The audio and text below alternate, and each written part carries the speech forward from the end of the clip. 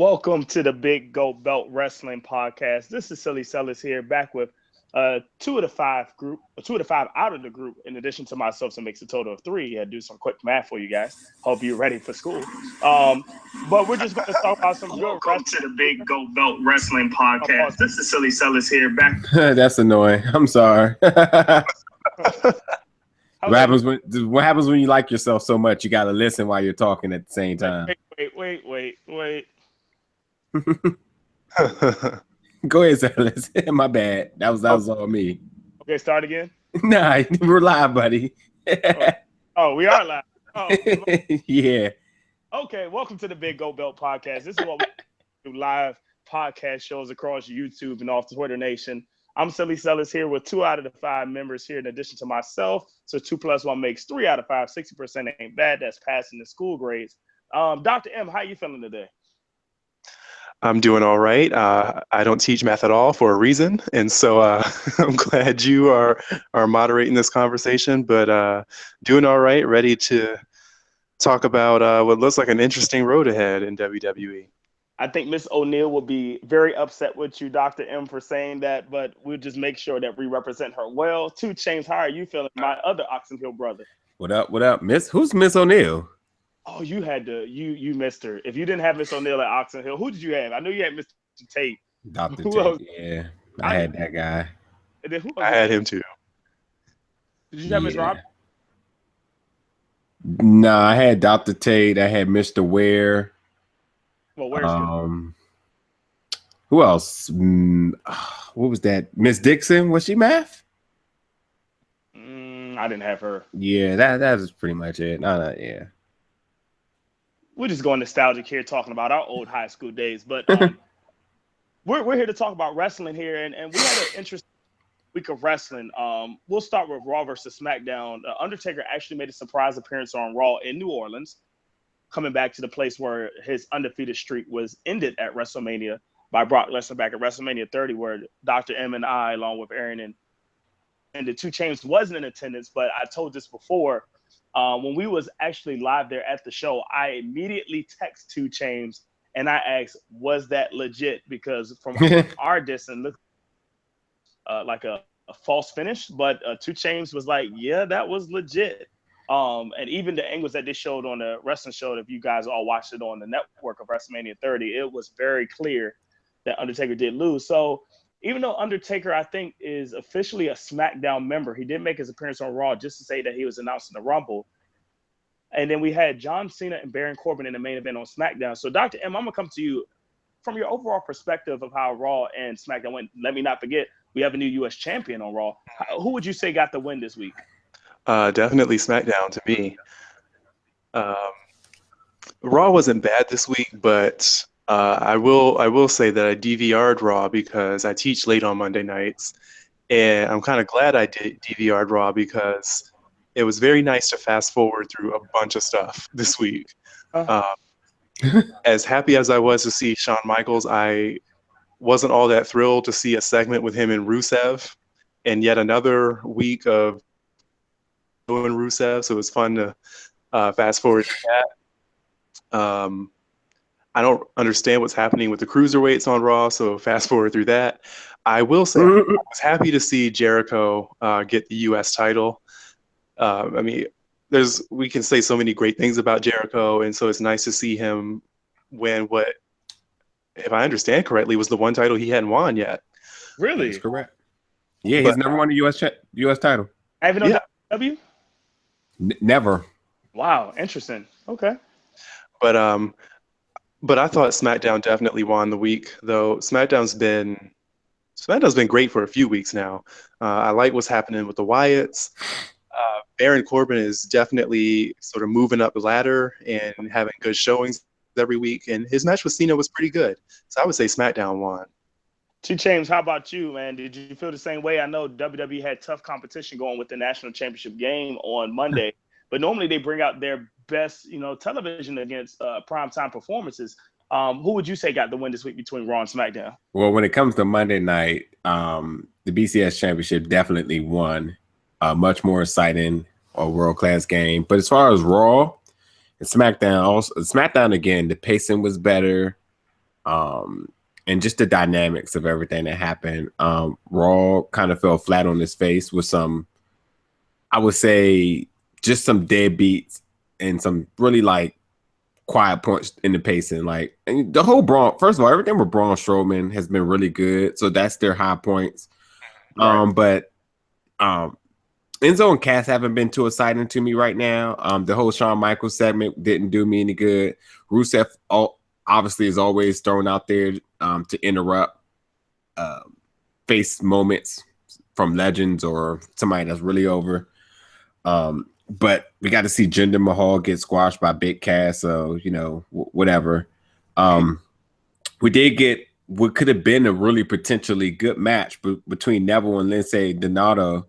Yep. But also that didn't amount to anything as well, too. I'm sure there's going to be more of that down the line. And then there's still a little bit of frenzy in the tag team division that's really not making sense. But with Sheamus defeating Luke Gallows, which wasn't really an impressive match. The commentary during the match wasn't all that good either. So I don't know. I guess this the high point of of Raw was Jericho getting the pin over Roman Reigns. I think there's some discussion we should have there for a minute. But other than that, a SmackDown was my winner this week. I would agree with you guys and say SmackDown is the winner too. And 2 Chainz, I'm gonna actually come right back to that point you just mentioned about Jericho pinning Roman Reigns.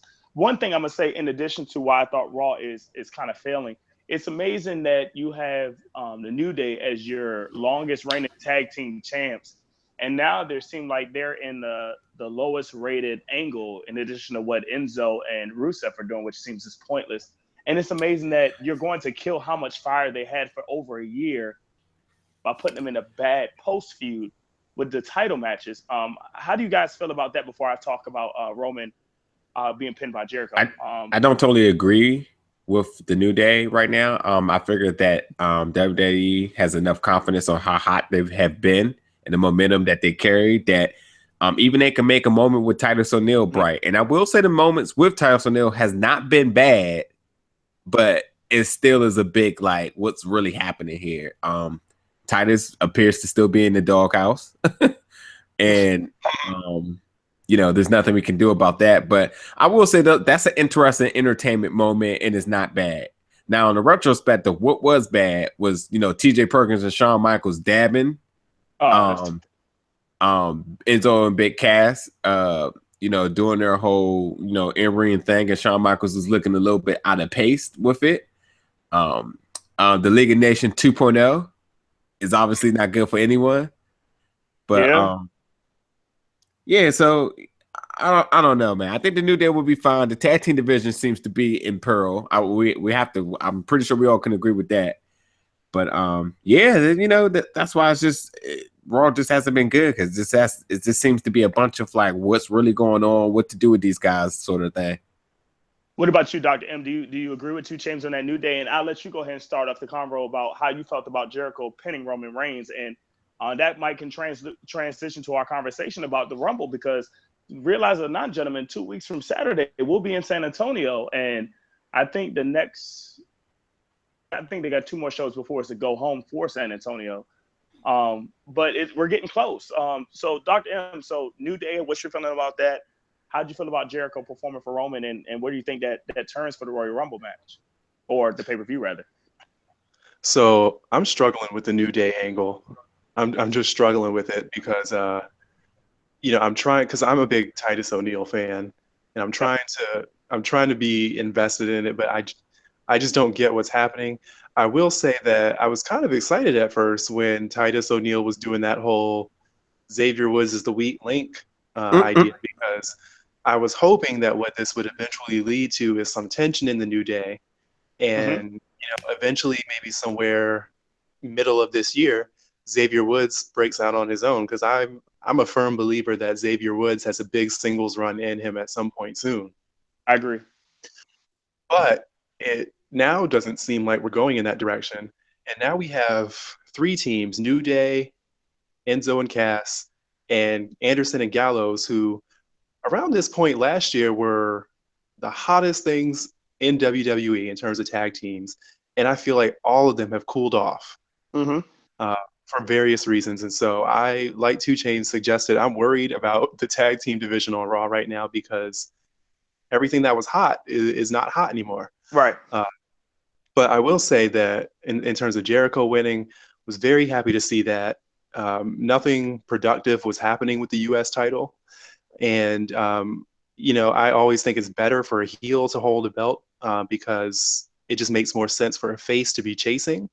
Right. Mm-hmm. And I mean, I think we can definitely say Jericho is at least a top candidate for MVP in WWE right now. Right. And so I think he deserves the belt. I'm glad he got an actual semi-clean pin over Roman on Raw. And I'm excited to see where, what he's going to do with that championship. And just to add to your point, now it's 3.5 heels on Raw that have championships. Kevin Owens being a heel, Chris Jericho being a heel. With the tag team members, it's kind of half heel, half face, but they can go heel at any moment. And then you got Charlotte as your heel for the women's title. So that's a very interesting component where you have a lot of heels having titles right now on one show. And do you have enough faces to chase it? That's going to be the question going forward with that. Take that and see where I guess Raw is on that. And let's think about who's been entered in the Rumble.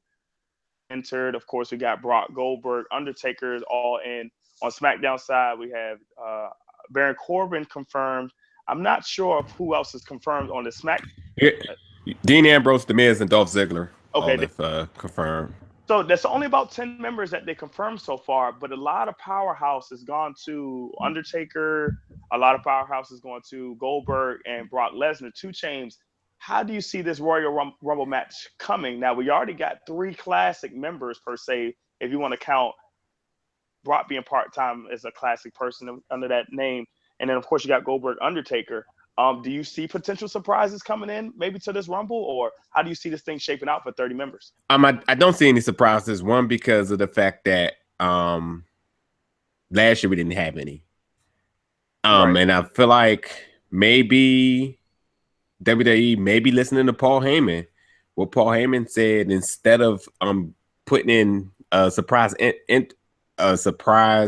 I'm getting participants, actually announce to people and build them up. So I think maybe that's the approach they're going to take this year, and they're going to bank off the big names that's already been, said now. The official post has already been advertised. So, maybe they feel like that's enough to make it, just a quality pay-per-view as it is. But, as far as how I see the Royal Rumble going, I'm just not quite sure. It is a lot of powerhouses, and like I spoke about last night, when you have these big guys, these big bruiser guys, you kind of look in the Royal Rumble to see like who is going to eliminate who's going to be the stronger of the crew.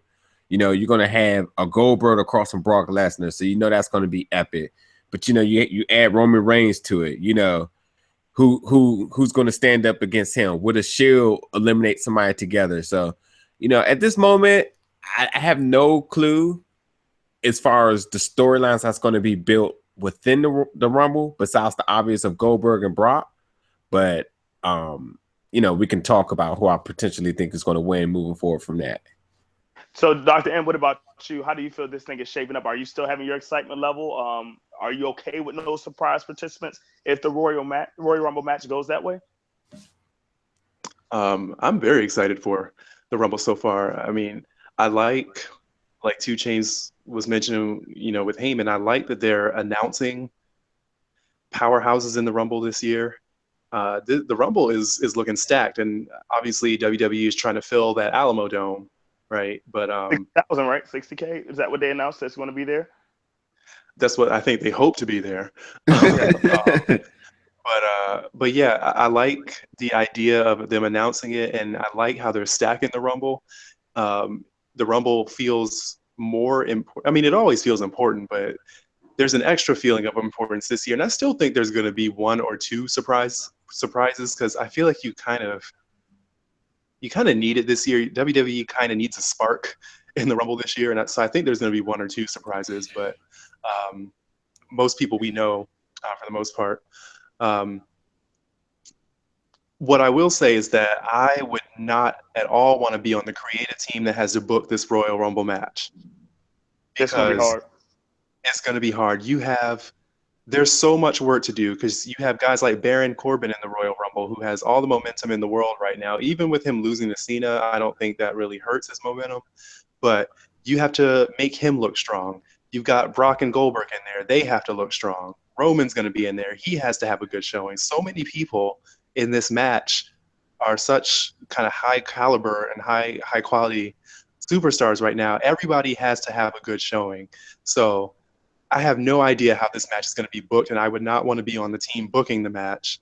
At one point, I really wished that the Final Four of the Rumble was somewhat similar to the year that I think Del Rio won, and it was him and Santino as the last two. I feel like it would be great for the Rumble to do something like that this year. Someone completely unexpected to make it to the Final Four or the Final Two. And for a while, I wanted that to be James Ellsworth, right? I had this grand idea that James Ellsworth was going to be in the Final Four of the Rumble just to troll all those fans in that arena. But now they have James Ellsworth with Carmella, so I don't think that's going to work, right? But I think there's a lot of room to be creative with it. But again, I just wouldn't want to be the one trying to book this thing. So go ahead. I want you to predict, Doctor, and give me your potential Final Four. I know this is still 2 weeks out. Anything can happen with the last two shows or 2 weeks before the Rumble match. Who would be your fantasy Final Four or Final Two? Don't give us a one, just your Final Four or Final Two. Well, I'll start by saying that I would not have either Brock or Goldberg in the Final Four. I think they're gonna, kind of cancel each other out. Someone's gonna eliminate the other one, and then, tension and whatnot building to the WrestleMania match. Go ahead, James. If you don't have them in your Final Four, then when you have them entering, considering that everybody said they're going to be late participants within the late 20s. So if it's 30 people and one person's 25, that automatically makes them in the 24. I mean, in the last four. I say 1-2. Oh, geez. I say put them 1-2, and that time where they're just staring at each other, that's going to kill the 90 seconds before that third person come out. And whoever. But you don't want to do that because they're not going to stare at each other, and also you're taking away from match possibilities. We already seen the match once, and they know it's money to be made. Goldberg has already been advertised for Fastlane if you've been hitting the sheets. So there's obviously a match to be made there. And then obviously he is contracted through WrestleMania, so there's a match to be there. So in theory, if I'm a moneymaker, Goldberg is not facing Brock Lesnar on Fastlane. He's going to face him at the Rumble. I mean, at the WrestleMania, which means that potentially you need Goldberg to be eliminated by somebody that makes sense for him to work. Mm-hmm. So the question is now, who's this other person, and where do you put him in the where do you put him in a Rumble? Now, granted, Goldberg's a powerhouse, so he has to take down somebody else that's a bigger powerhouse. Braun Strowman seems like a candidate there, but you don't want to mess up his momentum currently. So, Doctor, what'd you think? So that's a great question. I will say, going back to 2 Chainz's original question, I would probably have Goldberg and Brock come in somewhere in the teens. One of them would be number 20, I think. And but I would probably, like, around the last few minutes of the match, I think both of them would be out. How it would happen, again, I don't know. I wouldn't want to book this thing, right? But I would have them come in somewhere in the late teens, early 20s, and have their few minutes where they dominate everybody, and then kind of move on from them. But Final Four, Taker definitely is in the Final Four. Okay. For me. Baron Corbin would be in the Final Four. Who else? I have a feeling Roman Reigns is going to be in the Final Four because, why wouldn't he be? Okay. Not that I want him there, but I feel like he's going to be there. And that fourth person. Let's talk about that for a second while you're thinking. So back to Raw for a second. Two things that we haven't touched on. The Undertaker obviously making his appearance The Undertaker saying he has no show affiliation. He does what he wants, goes where he wants, answers to nobody. So he enters the Royal Rumble. Obviously, he said that WrestleMania no longer defines his career, but he wants to win the Rumble to be back in the main event. So that's that. So the Undertaker winning potentially means that he can face whoever he wants. And this also means if he loses, he still can face whoever he wants. So the Undertaker booking is a little bit weird because of the fact of, he can potentially just fall into the place whatever they need to happen. Sort of say how, Shane McMahon kind of filled in for the unplanned match that did happen. So, okay. So you go to the main event now, and you have Chris Jericho winning the U.S. Championship, which is an awesome thing for everybody. He deserved it. Great 2016. This solidifies the year for him. He gets the championship he never had. It's a surreal moment. I also like to point that Sellers brought up that numerous heels do hold championships right now, which also kind of makes you think that if they can carry that all the way into WrestleMania, you have a really feel good type of WrestleMania where all the faces potentially could win over. Hope that's not the booking, but whoever. And it also may, make WrestleMania end on a high note as vice versa, where it did not last year with Roman Reigns being booed out of Texas. So not to jump around so much. So now Chris Jericho, Roman Reigns loses the championship, but that puts him into the Rumble. Do you think there's not no curiosity there? That, oh, wow, if he had the championship, he would not have been in the Rumble because he probably would have had to defend it at the Royal Rumble. But now that he's out, now that he's doesn't have the championship, now he's in the picture. I think that is a grand scheme of booking to have him relevant, maybe potentially win the Royal Rumble. Since clearly when he had the U.S. Championship, he didn't even defend it anyway. He was in the Universal Championship picture the entire time. So maybe that is exactly what happens,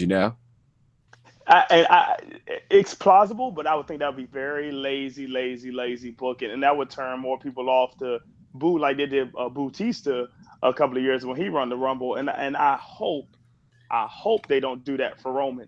But still want to get back to Dr. M's fourth member because who are you thinking about that fourth person being in that final four though? So 2 Chainz made me sort of confirm that my fourth person would be Jericho, and I would say my fifth person would be Seth Rollins, because I think they're finally going to pull the trigger at the Rumble with Triple H and Rollins and start building that for WrestleMania. I think Rollins will be number 5 from the finish line, and Triple H is going to screw him over, set that up. But I would have Jericho in the final four too, because one of the best things WWE has been doing is this very slow build between him and a potential match with KO. And I could see something going down where Jericho is in that final four, where KO kind of comes out and is like, what are you doing? Right, trying to face me at WrestleMania, and something goes down where KO ends up costing Jericho the match. Right, easy way to set up that potential storyline. So that would be my final four: Jericho, Roman, Baron Corbin, and Undertaker. That's it. That's interesting. So who are your final two? Would that be Roman and Undertaker as your final two? I wouldn't do that, because if we're trying to have Roman be a face, he's going to get booed out of the building.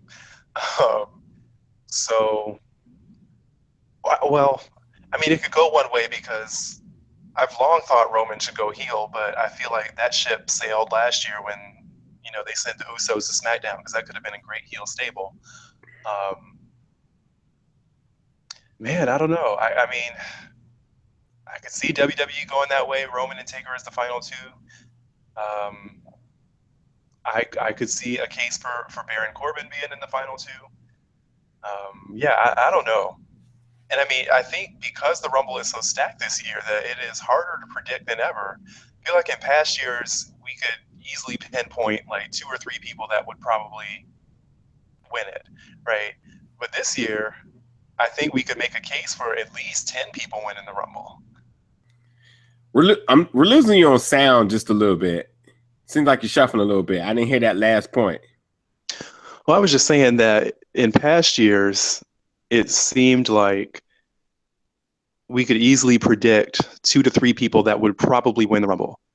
But this year, because the Rumble is so stacked and because we have all these storylines going back and forth, that we could make a case for at least 10 people that would have a legitimate chance of winning the Rumble. Yeah. It's great. Like Sally said last year, the Rumble is where you start creating and building your storylines moving into WrestleMania. And last year there was not much certainty, but this year we definitely know there's going to be some mixing up and potentially good storylines. I know earlier we said we didn't think there was going to be any surprise entrances, and I think we're kind of more or less speaking towards like legends or people from other promotions coming, but I think we definitely do see Finn Balor return here, and I think that's enough to speak to the surprise element and also to bring some more stardom to it. Sucks that he's not on the poster, but I definitely think we do see him. I got another surprise entrance for you too, and I'm calling it at 15 that you will have a returning Mr. Kennedy for your Rumble. Haven't heard anything about this man in so long. I think he sneaks in, and hopefully, if he does come in correctly, on the SmackDown brand as like a mid-card heel, that you can add to the fold for that Intercontinental Championship, and he'll probably talk his way up. Of course, that's just my fantasy booking. But hey, if he comes in at 15, I may mark out because I feel like Kennedy needs to make a return and some splash to some major wrestling promotion. But 2 Chainz, what about your Final Four? Who do you think will probably end up being your Royal Rumble Final Four for 2017? I think you definitely have Undertaker there. I like to see Braun Strowman in the Final Four. I think Seth Rollins makes sense as well, and I also think that I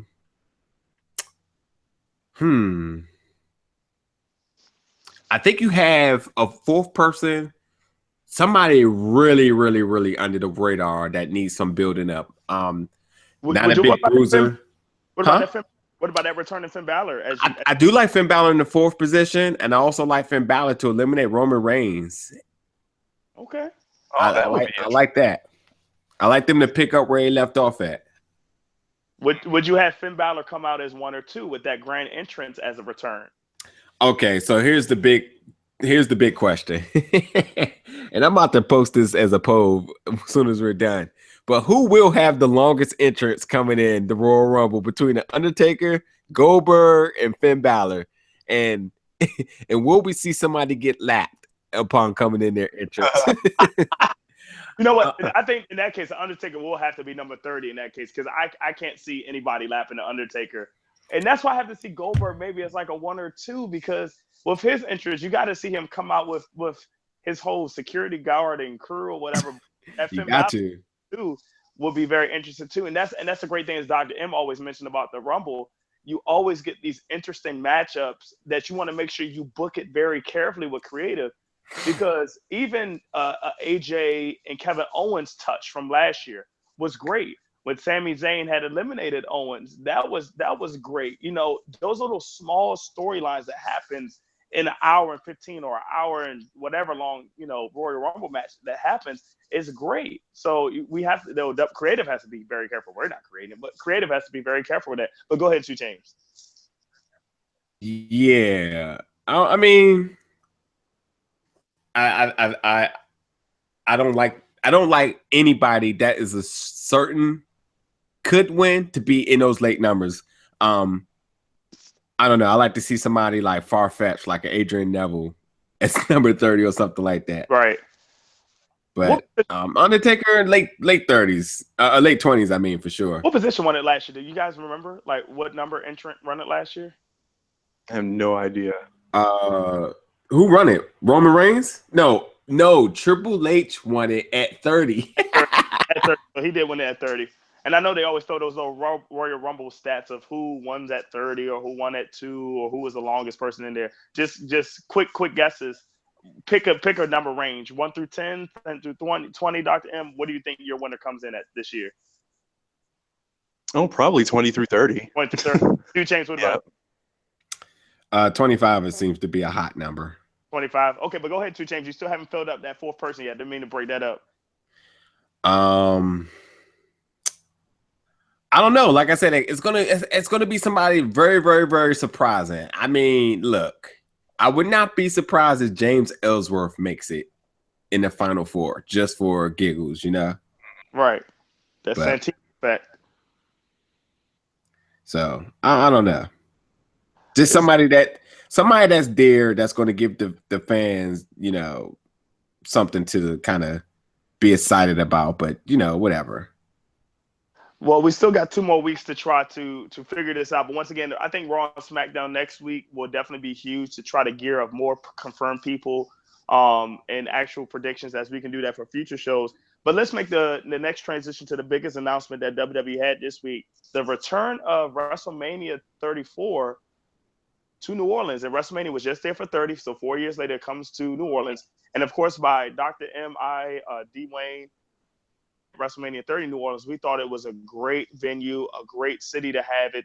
Everything was 20 minutes or less walking distance. It wasn't like we was in Dallas walking all over and driving all over the place. No need to rent a car, anything. New Orleans is just a flat out great place to do it. 2 Chainz is going to be definitely looking forward to going down this time. So my question is, and which is going to be an interesting question, and I'll go last on this.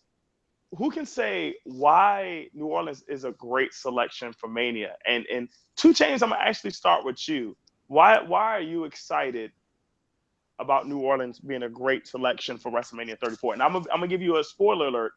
My answer is going to be why I think it's not the best way. Well, I don't have any experience with the city, so I wouldn't know. But just from what you guys said, I can tell you. But better yet, I'll let you speak to your own points. Better yet, what I'm looking forward to is a city that is kind of knit tight. Excuse me, as far as everything for location wise, Texas. The Cowboys Stadium was phenomenal. It was the best piece of architecture I've probably ever been in. Mm-hmm. But everything was so spaced out. 30 minutes this way, 30 minutes this way, 30 minutes this way. Did not like the Texas roads. And, you know, it was just hard for people to get around, especially people who did not have vehicles. But we did. And at the end of the day, it just was hard commute-wise. Right. You know, other fans expressed that their discomfort in trying to get to events and they're commuting hotel locations and being able to get into the city and stuff like that. Everybody had their 2 cents in regard to that. So in the perfect world, I just look for a city that is exciting, that all the events can be very central, not too far from each other, and maybe some public transportation that can aid as well. But if not, there's always Uber or Lyft to get around. But just some place that just makes it easier for the fans to navigate. I would, I can obviously say that someplace like Las Vegas, because everything will be on the Strip, and that's not hard to get away to everything. Which I would not be surprised if something was at that new T-Mobile Arena very soon, since that just got built about a year ago. Right. But that's just what I look forward to. And, I'll let you speak to your points. But, hopefully if New Orleans can supply that, it should be a good time.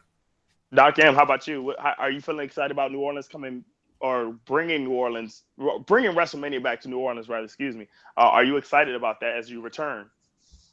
Definitely excited. I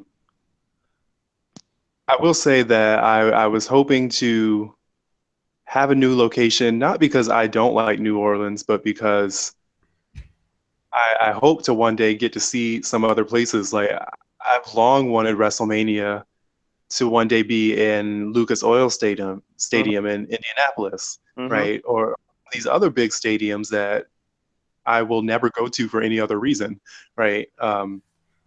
But nonetheless, excited for us to be back in New Orleans. New Orleans is, like 2 Chainz brought out, and like what you said, Celis, really kind of the ideal city for wrestling fans. It's very walkable and so much to do, right? The food, like, can't say enough about the food in New Orleans, right?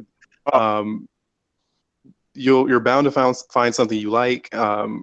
Hopefully you like Cajun food though, and obviously Bourbon Street is enough reason to go to New Orleans by itself, right? And so I think it's a perfect city to host WrestleMania. I'm excited to go back, in part because just the energy in the city. Like when we went for WrestleMania 30, I mean, such a small, walkable city like New Orleans that was filled with thousands of usually drunk wrestling fans. Like you just felt the energy from the day you got there to the day we went back to the airport. And I mean, I think we felt that sometimes in Texas too, right? But it was definitely stronger in New Orleans. So I'm looking forward to that again. Absolutely, and I agree with you. The how many yes chants did we hear when we was standing on the top of the restaurants or on those little double deckers that they had? It was just a great atmosphere, and everybody was so nice and friendly. The city was just great as a host atmosphere, and even the beignets. I would love to get me another beignet, and they were so good. But here's my problem, though. This is the second time in 4 years that WrestleMania has been to New Orleans. And we have so many new stadiums, as Dr. M, you just mentioned. They haven't been to Lucas Oil Stadium, Minneapolis, Minnesota, which I'm assuming that would be a great wrestling atmosphere, which you can bring NXT back to the Mall of America just to show some nostalgic events as the first WCW Nitro was there. And we're using more outside stadiums. LA's coming up with a new stadium, and now they got 2 football teams that they're going to share that stadium. Are you going to try to maximize on that opportunity to bring a major wrestling event back to LA when you took it away from SummerSlam and brought it to the East Coast? So it's just like so many other cities that, and even in your backyard almost, Dr. M, with that new Atlanta stadium, what are they going to do with that? And WrestleMania was there for 27 when we was there. Are you going to maximize on your newer cities, your newer stadiums, not maximizing on them? Is that a problem with the city not wanting to have WrestleMania in there? Or is that a problem with WWE not making sure they have a good deal? I mean, Philadelphia has been trying to fight for WrestleMania for so long, and they still haven't gotten a bid yet. And it just makes you think, what behind the scenes markers are going to happen for WWE to make sure they can market themselves to continue to get bigger? Because I think back when they had, I'm not sure what WrestleMania number it is, when they went to Glendale, Arizona for that one, we said that was going to be the start of the trend of going to bigger stadiums, hosting more. And now that they capped at 32 with the biggest WrestleMania event ever, where do you go from there? And that's why I'm wondering what's going to happen. So it's just going to be interesting to see. Nothing against the city of New Orleans, but WWE, what are you going to do to make yourself global? Even if it was a WrestleMania in London, what are you going to do with that? Is that a possibility? So it's just so much stuff that WWE can do. I know we haven't talked about the United Kingdom tournament. Is that something that you guys are looking to see this weekend? Well, one thing I'll just add to what you were saying, Celis, is that I think one of the problems with WrestleMania is just because it takes place in late March, early April, right? A lot of places up north are still freezing at that time, right? Oh. And part of me thinks that even though they did that one WrestleMania at MetLife Stadium, part of me still thinks that WWE much prefers to be somewhere that's warm for WrestleMania, which is why so many are in the South, right? Although, if you're a true wrestling fan, you'll put on a jacket, right? And right.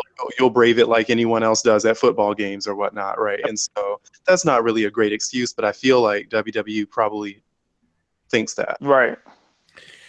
With the weather being the factor, you just want to make sure that you can get your fans into the city. After that, it's all fair games, but you don't want to chance any type of traveling or any type of basically commute,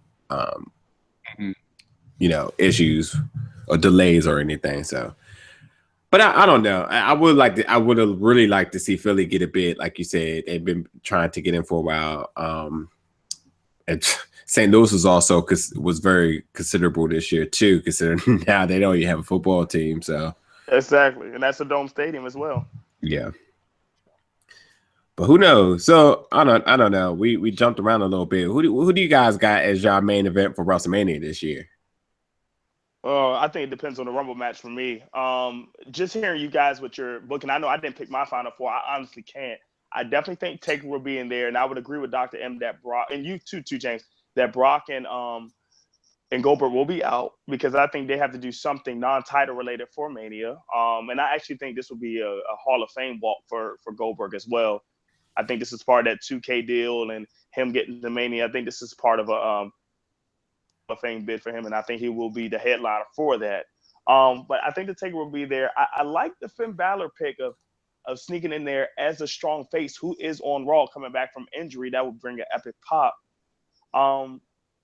But if I honestly had to put my money on it now, I would say John Cena and The Undertaker for the WWE title. I agree. That was my pick as well. And then you think about the two names, you have them all over all your billboards and all your magazines and everything, and the people that's going to do your press tours. First of all, The Undertaker's been undercoverly been doing a lot of press. Yep. So I just see that making sense. And John Cena, like, how do you not have him in the main event, considering he's hosting this movie, there? Like, it just only makes sense. And look, like I said last night, I don't care if that match is 5 minutes. Moneymaker's the highlight. And all the other stuff can fall into place. They're not going to give you a 6-star match, that's for sure. But nonetheless, you you make them as your marketable two people. The Undertaker, everybody can relate to him, and if you can't relate to the Undertaker, you sure everybody knows John Cena. So you can't go wrong there. And I think Cena, whoever Cena faces at WrestleMania, I will add to it. I think he will either lose that night or the next night after, because he will have to film this new movie that he just got signed up for. So I don't expect him to hold that championship long, but it'll be a great thing for a storyline purpose. 16-time champion John Cena carries the belt into WrestleMania, etc. Dr. M, what do you think? Who do you think will headline or be that main event for Mania? Oh man, I have no idea, honestly. But I mean, I think you guys are probably right that it'll be Cena and Taker. Right now, I'm not all that interested in seeing that match. I don't know. I feel like, who knows when Taker's last WrestleMania match will be now, because every year I think is going to be his last match and then he comes back. Right. But I feel like we need to be getting to a point soon where Taker does finally have that match where he kind of gives, that young guy the rub, right? Mm-hmm. So, I mean, I could see Taker facing either Cena. I would love to see Taker and AJ Styles. I would also definitely be supportive of Taker versus Baron Corbin, right? We have Baron Corbin, who is, constantly claiming now that he deserves to be in the main event scene, and I think he does. Right. What better way to really show us as fans that WWE is invested in Baron Corbin by putting him in a marquee match with The Undertaker? Mm-hmm. I could see that working very well. So, right now I have no idea what the main event's going to be. I wish I could predict, but I can't. Going to be interesting, and I think, well, at least for me, it doesn't change the fact that I'm not regretting in that, I'm not going to WrestleMania 33, but at least right now, and as D. Wayne talked about a lot, WWE's opened up their new Hall of Fame in Orlando.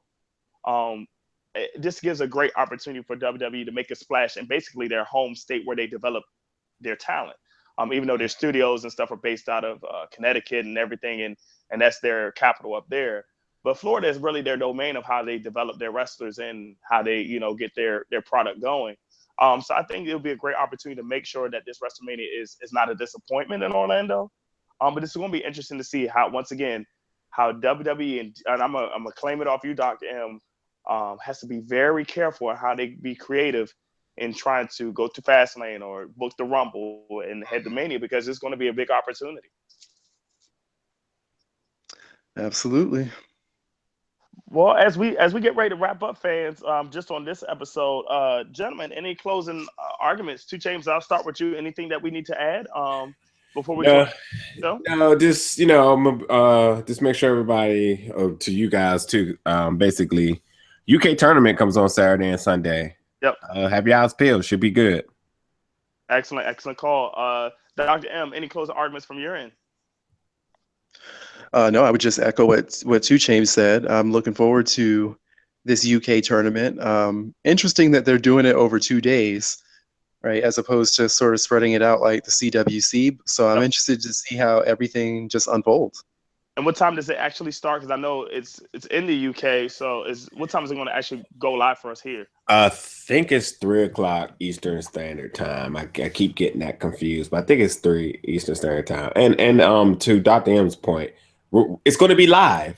So right, there's the difference between that and the CWC. What was pre-recorded at Full Sail at times, but this will be live, and it's just going to be interesting to see it. First of all, I think this is great opportunity for the UK, and opportunity that WWE has at hand to maybe have, or as they say, they will be having live television,